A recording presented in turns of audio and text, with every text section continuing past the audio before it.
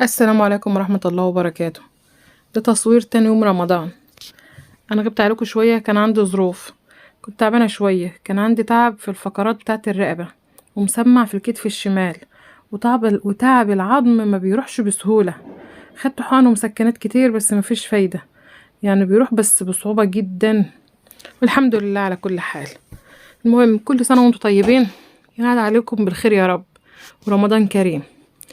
ده تاني يوم رمضان. اول يوم كنت عامله محشي وبط، ما عرفتش اصور لكم عشان الظروف اللي انا قلت لكم عليها. كان نفسي اصور لكم اول محشي والبط، كان جميل، كان جميل قوي قوي.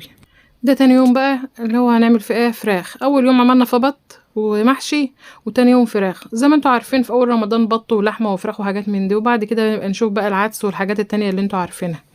المهم احنا هنعمل الفرخه ديت بطريقه حلوه قوي قوي، انا بحبها. لو انتوا عملتوها بالطريقه دي هتعجبكم. انا قطعت الفرخه، حتى الصدر بتاعها برضو قطعته فتحته كده عشان هعمل تتبيله. التتبيله عايزاها تخش جوه الفرخه. الفرخه بعد ما قطعتها نقعتها في ملح وشويه سكر و... وليمونه بس. نقعتها كده، سبتها شويه على ما اعمل التجهيزات اللي هي الخضار. هعمل الفرخه مع الخضار في حله واحده. فالوقت بقى بقشر البصل. انا بقى بنحب البصل، يعني ممكن نحط نص الكميه بصل ونص الكميه بقى بقيه الخضار اللي عندك. هعمل بطاطس. كنت بوريكم في الحله بقى. انا كنت عامله لحمه، واحنا ما بناكلش الدهون بتاعه اللحمه، او العيال ما بيحبوش الدهون بتاعه اللحمه. فانا بشيلها من الشوربه واعينها للاكلات اللي زي دي. فبحط حطيت الدهون في قاع الحله، واحط عليها الفرخه. بعد ما اغسل الفرخه هحطها دلوقتي على الدهون اللي في قاع الحله، واحط عليها الخضار اللي انتوا شايفينه ده اللي انا قاعده انضف فيه. انا بحب الكوسه، جبت كوسه. شوف انت بتحبوا خضار ايه اعمل ايه. كوسه وبصل وبطاطس وجزرة. شوفي لو احنا يعني مش بنحب الجزر كتير، فبحط الجزرة تعمل طعم وريحة كده في الاكل، بتبقى حلوة. فشوفي انت بتحبي ايه كتر منه، واللي انت مش بتحبيه او قللي منه، واللي انت مش بتحبيه ما تحطوهوش. فالمهم حطيت الفرخة الاول، حمرتها في نقطة زيت كده في الحلة، لان الدهون عملت شوية زيت، ساحت في الحلة وعملت شوية زيت. حمرت الفرخة في الحلة الاول من غير اي حاجة خالص.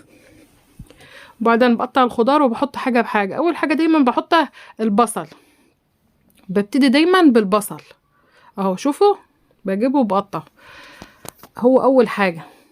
اللي ما حطتش لايك تحط، واللي ما قالتليش كل سنة وانت طيبة تقولي في التعليقات.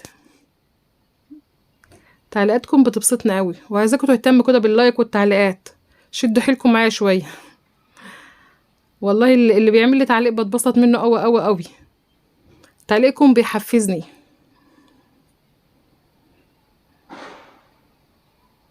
زي ما انتوا شايفين بالطريقة دي كنت بقطع، وبنتي بتقطع معايا برضو. انا كنت بادئه اعمل الاكل كانت الساعه 4، كان الساعه 5 كل حاجه جاهزه وخلصت. الاكله دي سهله وسريعه وما بتاخدش وقت خالص خالص.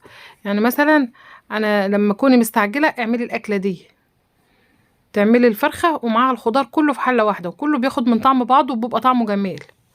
وكان عندي اكل فايض من قبلها بيوم، بقيت المحشي اللي قبلها. فحطيت برضو على السفره كان في طبق محشي، وكان فيه بط، وكان فيه حاجات كتير قوي قوي.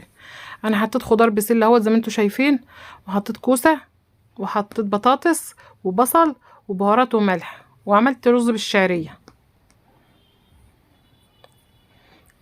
ودول شويه جزر سلقتهم كده عشان هعملهم عصير مع برتقانه.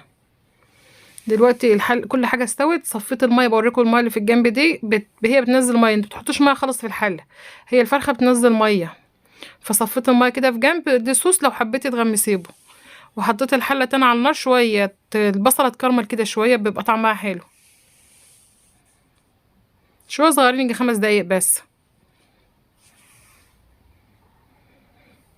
محمد ابني واقف جنبي بيساعدني، بيزق معايا غطا الحله. ده المحشي اللي كان قبلها بيوم بجهزه عشان هسخنه، بس انا مش بحب الاكل البايت. وكان في بط برضو. دي الفرخه بعد ما استوت، لو عايزه تحمريها في الشوايه تحمريها في الزيت حمريها. احنا كان طعمها جميل بالتتبيله بتاعه البصل، تتبيلتها كانت جميله قوي قوي، مش هي ما كانتش بالنسبه لنا محتاجه اي حاجه. فانت لو حابه تحمريها حمريها.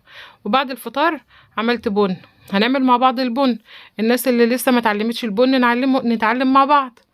كوبايه البن عليها كوبايه سكر ممسوحه. او ممكن او على فكره اول ما بتعمل البن بتحس ان انت محتاجه سكر اكتر. يعني معلقة بن ومعلقة سكر بس، وتقلبيهم كده. وكل ما البن يقعد على النار اكتر يستوي اكتر يعمل وش اكتر يبقى طعمه احسن. صلوا على النبي لو انتوا وصلتوا لغاية هنا، وردوا عليا في الكومنتات وقولوا لي انتوا وصلتوا لحد هنا، وصلوا على النبي في الكومنتات. البن شوفوا، كنت غسلت المواعين وخلصت كل حاجة. اعملي احلى كوباية بن وظبطي، وسلام.